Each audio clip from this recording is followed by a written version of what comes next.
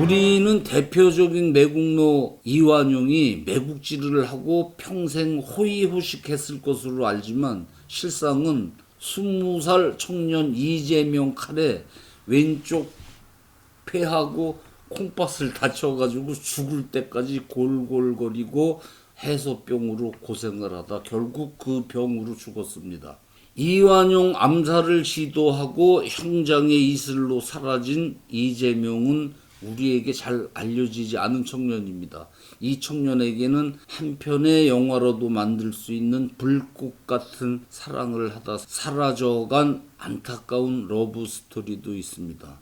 이재명, 평양에서 성장한 청년인데 을사늑약 한 해 전에 미국으로 가가지고 을사늑약 소식을 듣고 이토를 죽일 결심으로 그 좋은 미국을 떠나 다시 한국으로 돌아와 만주와 연해주 독립군 기지를 다니며 권총을 구입하고 기회를 노리던 중에 안중근 의사가 이토를 처단하자 이재명은 서울로 와서 이동수, 김병록, 김종익, 조창우 등 14명과 이번에는 을사오족을 처단할 암살단을 구성합니다. 이들이 이제 막 소년티를 벗은 20살, 20대 초반 앳된 청년들이에요. 이완용의 처단은 이재명이 담당하고 나머지 동지들은 그 시총교 배정자한테 녹아나가지고 교주 행세를 하며 일진회, 진보회를 만들어가지고 한국 국민들이 한일 합병을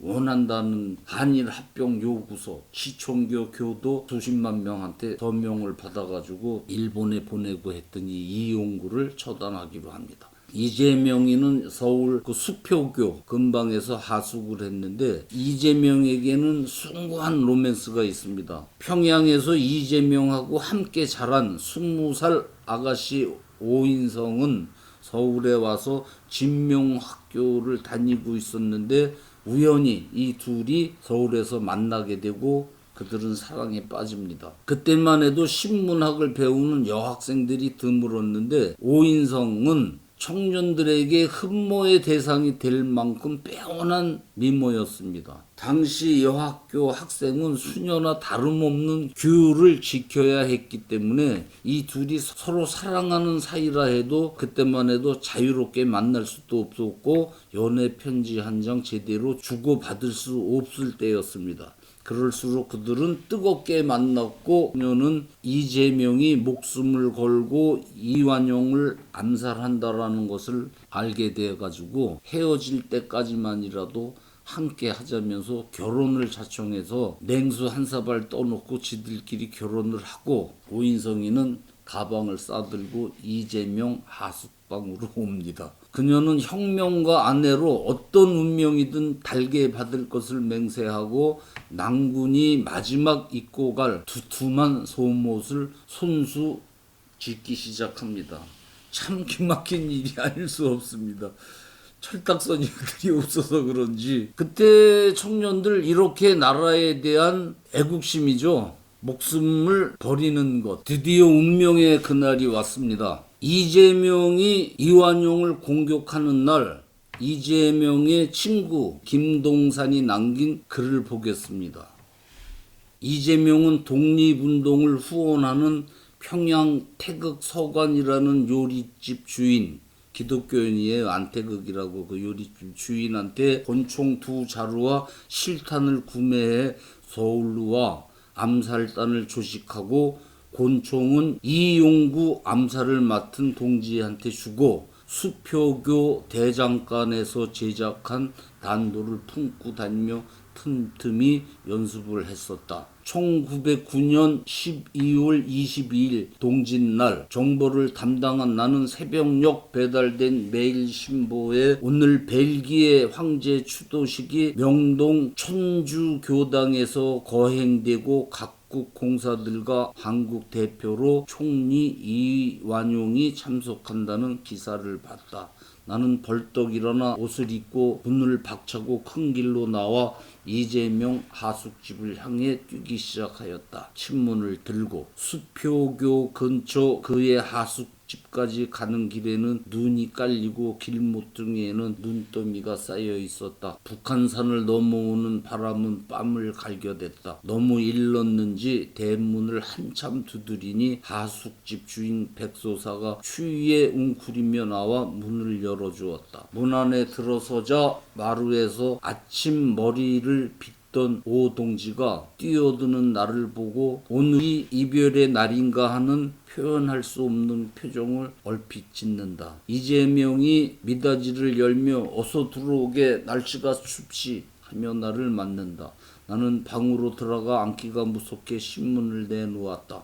이형, 오늘 이완용이가 천주 교당에 나온다네. 신문을 받아 읽던 그는 천천히 신문을 방바닥에 놓으며 해치워야지. 천주 교당 앞을 지키고 있다. 해치우면 그만이디. 내가 죽음을 각오하고 있는 그의 굳은 의지를 다시 읽을 때 고동지가 방문을 열고 조반상을 드린다. 우리 이야기에 귀 기울이며 차린 밥상일 것이다. 빗질로 단정한 머리를 숙이고 거사에 임하는 낭군의 발길에 누가 되지 않으려는 듯 아무 말 없이 국국물만 떠먹는 오인성. 신혼생활을 한 지 한겨울도 지나지 않아 영원히 헤어져야 할 그녀를 내려다보는 이재명. 그는 분명 그녀에게 전해질 비극을 조금이라도 늦추고 싶었을 것이다. 우리 셋은 아무 말 없이 밥을 먹었고 밥상을 물리고 그는 일어나 언제나처럼 검은 망토 교복에 모자를 눌렀었다. 오인성이 그러는 그를 바라보며 오늘 들어오십니까? 나는 언제까지 기다릴 거야요? 이재명은 대답 대신 그녀를 꼭 안고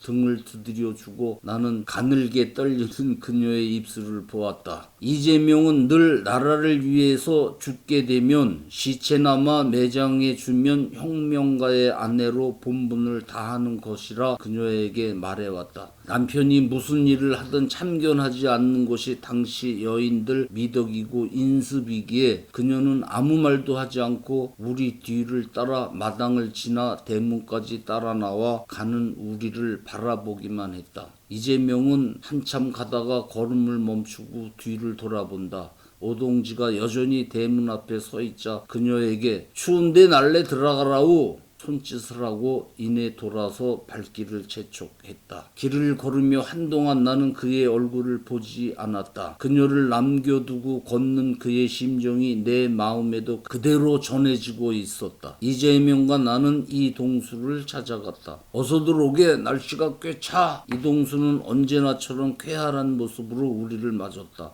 오늘 동짓날인데 동지죽이나 먹었나? 하숙 신세에 동지죽이 다 무슨? 이런 말들을 하며 방 안으로 들어서자 이완용 명동 성당 방문 기사가 난 신문이 펼쳐져 있다. 이재명이 아무 말 안 하고 망토 교복을 걸치는 이동수에게 한 가지 문제가 있어. 천주교당 정문 앞에는 경비들이 있어 손을 쓸 수가 없을 거고 고개 내리바지에서 손을 써야겠는데 길이 동서 두 갈래로 갈려 아무리 생각해봐도 그놈의 집이 가회동 쪽이니 동쪽으로 빠질 것 같은데 그래도 누가 알겠나? 혹시 서쪽으로 돌거나 빠지면 낭패란 말이야. 그러자 이동수는 자네는 동쪽을 지키게 나는 서쪽을 맡을 테니 이재명과 함께 평양 출신 이동신은 괄괄한 성격대로 서둘러 옷차림을 끝냈다. 이재명은 그러는 이동수가 믿음직스러운지 그를 보고 빙그레 웃으며 자네 이건 가지고 있나? 총 쏘는 신용을 한다. 여기 있지. 이동수는 가슴을 두드려 보인다. 이동수는 이용구 암살을 담당한 뒤로 언제나 권총을 가슴에 품고 다녔다. 동짓날 아침 날씨는 매우 추웠다. 우리는 큰 길로 나서 서로 아무 말도 건네지 않았다. 발밑으로 눈 밟히는 소리만 유난히 크게 들렸다. 우리는 관철동 근방에서 동소로 헤어져 이재명은 수표거를 건너 천주교당 정문에 도착해 경비 상태를 조심스럽게 살핀다. 당시 진곡에는 고개 밑으로 초가집이 드문드문 보이는 쓸쓸한 고갯길이었는데 동짓날 날씨까지 매섭다 보니 다니는 사람이 더 없었다. 추도식을 알리는 성당의 종소리가 울려 퍼지자 이재명은 초가집 토담에 몸을 숨기고 망토를 뒤집어 쓰고 정문을 노려본다. 종소리가 끝날 때 회오리 바람이 눈가루와 낙엽을 몰고 하늘로 오른다. 허공으로 오르는 낙엽을 바라보는 이재명 이마에서 땀이 흐르고 초조한 시간이 흘렀다. 한편 이동수는 서쪽 길 기와집 불뚝 모퉁이에 숨어 가슴에 품은 곤충을 쥐고 이완용이 나타나기를 기다린다. 이완용 행렬이 고갯길 위로 나타난다. 이완용 인력거는 무장한 일본 경관 4명이 자전거를 타고 2명은 앞에 2명은 뒤를 호위하고 있다. 이완용이 탄 인력거가 이재명 앞을 지날 때 이재명은 망토의 한 자락을 어깨 너머로 걷어올리며 뛰어나가 인력거 앞채를 붙잡았다. 인력거 꾼은 이완용이 특별 채용한 거구의 경호원이다. 이재명이 인력거 앞채를 붙잡자 당황한 인력거 꾼이 이재명을 떠밀자 이놈 인력거를 놔라. 이재명이 고함을 지르며 단도로 인력거 꾼 앞가슴을 찌른다. 그가 쓰러지고 인력거가 멈추자 이완용이 인력거에서 뛰어나오다 넘어져 땅바닥을 기기 시작한다. 이재명은 재빠르게 뛰어 땅 위를 기고 있는 이완용을 타고 앉아 찌르고 또 찔렀다. 이때 경관이 장검을 빼 이재명의 허벅지를 찔러 꿰뚫고 4명이 합세해 제압한다. 한편 서쪽 길목에 이동수 앞으로 지나가는 사람이 이완용이 분명 죽었을 거야. 내가 똑똑히 봤는데 몸통 여러 곳을 찔렸어. 현장을 구경하려고 다름질쳐 가는 사람도 있었다. 이동수도 현장으로 달려갔다. 현장에는 선혈이 낭자하고 이재명과 이완용은 없고 대신 흥분한 경관이 증거물이라도 떨어져 있는지 주변을 살피고 있었다. 현장을 확인한 이동수는 그 길로 종족을 감춘다. 내가 그를 본 곳이 이것이 마지막이다. 나는 급히 하숙집으로 돌아와 보따리를 꾸미는데 낯선 사내들 소리가 들리고 이내 방문이 열리고 당신이 김동산이요 한다. 내가 마루로 나서자 그중 한 놈이 내 손에 쇠고랑을 채운다. 모두 4명이 나를 둘러싼다. 그렇게 끌려 경찰서에 도착하자 오인성 동지와 하숙집 주인 백소사가 잡혀와 있었다. 나는 그날부터 10여일간 악형을 받고 구치감으로 옮겨져 더 혹독한 고문을 받았다. 재판에 넘겨져서야 알았지만 우리 동지 14 중 이동수만 잡히지 않고 모두 잡히고 말았다. 우리의 판결은 이재명 사형을 필두로 최고 징역 15년, 최하 5년 징역을 선고받았다. 이재명은 공판 중에 일본인 재판장이 피고와 같이 흉행한 사람이 몇이나 되는가 하고 동범을 묻자 그는 눈을 부릅뜨고 야만의 섬나라 불황무식한 놈아, 너는 흉자만 알았지 의자는 모르느냐.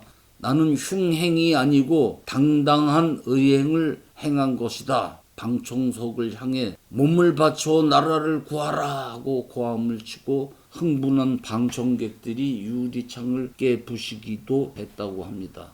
이재명에게 사형이 선고되자 나는 죽어 수십만 명의 이재명으로 환생해 너희 일본을 망하게 할 것이다 라고 했답니다. 23살 청년 불꽃같이 사라진 이재명 사건으로 숱한 젊은이들이 만주와 연해주로가 독립군들이 되고 이 같은 의혈투쟁은 대한강복회, 의혈단, 한인 애국단으로 이어져 대한독립운동사의 맥락을 이룹니다. 이완용은 그때 이재명 칼에 왼쪽 폐와 오른쪽 콩팥을 다쳐 죽을 때까지 고통에 시달리다가 결국 그 후유증으로 죽습니다. 이재명 사형 집행은 이듬해 봄이었다. 나는 5년 징역을 마치고 추록하여 오인성 여사가 길림에서 교사를 한다는 말을 듣고 감시를 피해 동지 송욱환, 이기필과 만주로 갔다. 몇 해 만에 만주 벌판에서 기구한 운명에 서러운 오인성을 만나니 비참한 눈물이 그칠 줄 몰랐다. 오인성 여사는 글을 그리며 흐느꼈다. 우리는 사라진 이동수를 찾았지만 그 행적은 오리무중이었다. 그 정체를 숨기고 있던 이동수는 3.1운동 때 지방대표 23인 중 한 명으로 등장한 이후에 다시 극적인 모습으로 세상에 나타납니다. 이완용 피습 사건 공소시효를 불과 37시간 남기고 이완용의 집에서 체포되는데 재판 과정에서 그가 이완용 집 관리인으로 들어가 3년간 일을 하면서 이완용의 행적과 정보를 밀사들에게 전하며 이완용의 목숨을 그날 노리려다가 체포되었다는 충격적 사실이 밝혀진 겁니다. 이동수의 공판날 15년 전 동지가 못다한 한을 풀고자 원수의 집 종노릇까지 한 이동수의 이야기는 경성 시내에 삽시에 퍼져가지고 방청을 희망한 한국인 600여 명이 법정으로 몰려들어 기가 질린 일본 판사들은 공개 재판을 거부합니다. 당시 1925년 2월 13일 동아일보 기사를 보면 법정으로 들어서는 이동수는 초췌하기는 하나 굳센 골격이 그대로 남아있고 태도 역시 의연했다라고 보도했습니다. 당시 이동수 변호사였던 대한민국 초대 법무장관 이인은 자서전에서 재판정을 지켜보겠다고 아우성친 조선인들은 며칠만 더 견뎠으면 형을 면했을 텐데 하며 안타까워했으나 이동수는 담담해 보여 이런 사람이 의열치사구나. 15년 전 동짓날 명동성당 언덕 들머리에서 함께 이완용을 죽이자던 옛 동지, 죽어도 잊지 못할 파트너의 소망을 끝내 이루지 못했다는 아쉬움만이 그의 머리와 가슴을 채우고 있는 것 같았다라고 썼습니다. 범행이 미수에 그쳤음이 참작돼 이동수는 징역 2년에 집행유예 3년을 선고받았지만 그는 끝내 지키지 못한 동지와의 약속의 무게 때문인지 영웅으로 수왕되는 대중을 피해 그가 어떻게 여생을 보냈는지는 역사의 어둠에 묻혀버렸습니다. 1962년 박정희 대통령은 이재명 의사의 희생을 기려 건국훈장 대통령장을 추소하고 그 뒤에 명동성당 입구에 이재명 의거 소속이 세워집니다. 지금 일본의 침략을 축복이라고 하는 우리 젊은이들이 이재명과 이동수의 의거를 어떻게 받아들일지 궁금합니다.